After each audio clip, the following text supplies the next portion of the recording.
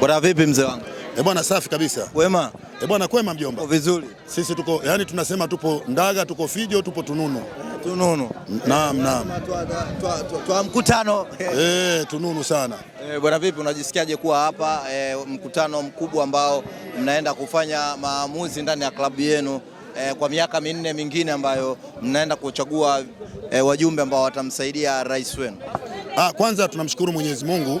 Wajumbe ambao leo huenda wanahitimisha siku zao kwa awamu ile ya kwanza, huenda wakawa wengine wanaweza wakapita, lakini tunashukuru kwa kazi kwanza ile ilikuwa imeanza na hapa tulipofikia. Na lengo letu kutoka hapa tulipofikia kwa kazi ya wajumbe walioifanya kuiendeleza, kuipeleka mbele. Kila mwana Yanga unayemwona mjumbe wa leo waliokuja hapa, lengo lake ni kutaka maendeleo ya Yanga, ndio furaha ya wana Yanga. Naam. Asante.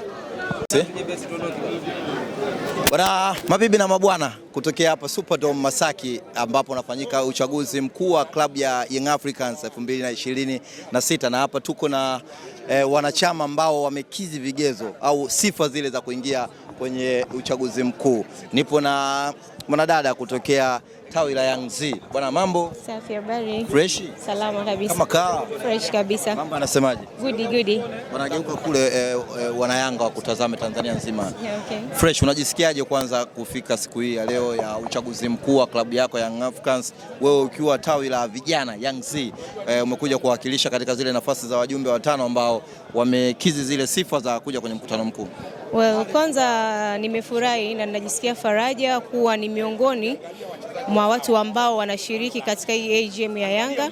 Yes, ni kitu kikubwa kwa sababu kila mtu anatamani, lakini mpaka ukizi vigezo na sifa na maana uwe mjumbe ama nafasi nyingine za kiongozi ndio uweze kushiriki hapa. Kwa hiyo ni furaha kwangu na nimefurahi sana kujumuika katika mkutano huu. Ndio. Pendeza sana. Bwana, mimi nataka nifahamu katika msimu huu usajili gani ambao umekufurahisha wewe ulivyosikia tu?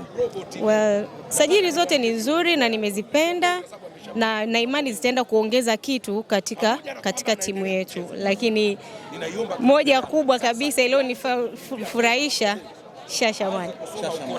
Na imani tutaruka sana anapokuwa anaenda kushinda.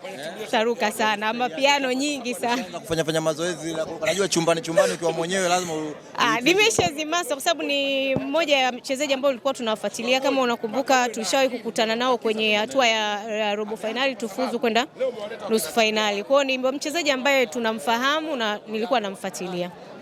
Ndio. Tarehe 12 mtacheza na Simba. Unadhani wataanza kuonyesha makali yao kwenye mechi hiyo, kwa sababu wanasema Shalulile amecheza pamoja na Rushan Deroko. Rushan Deroko anamjua vizuri, mazoezini alikuwa afungi.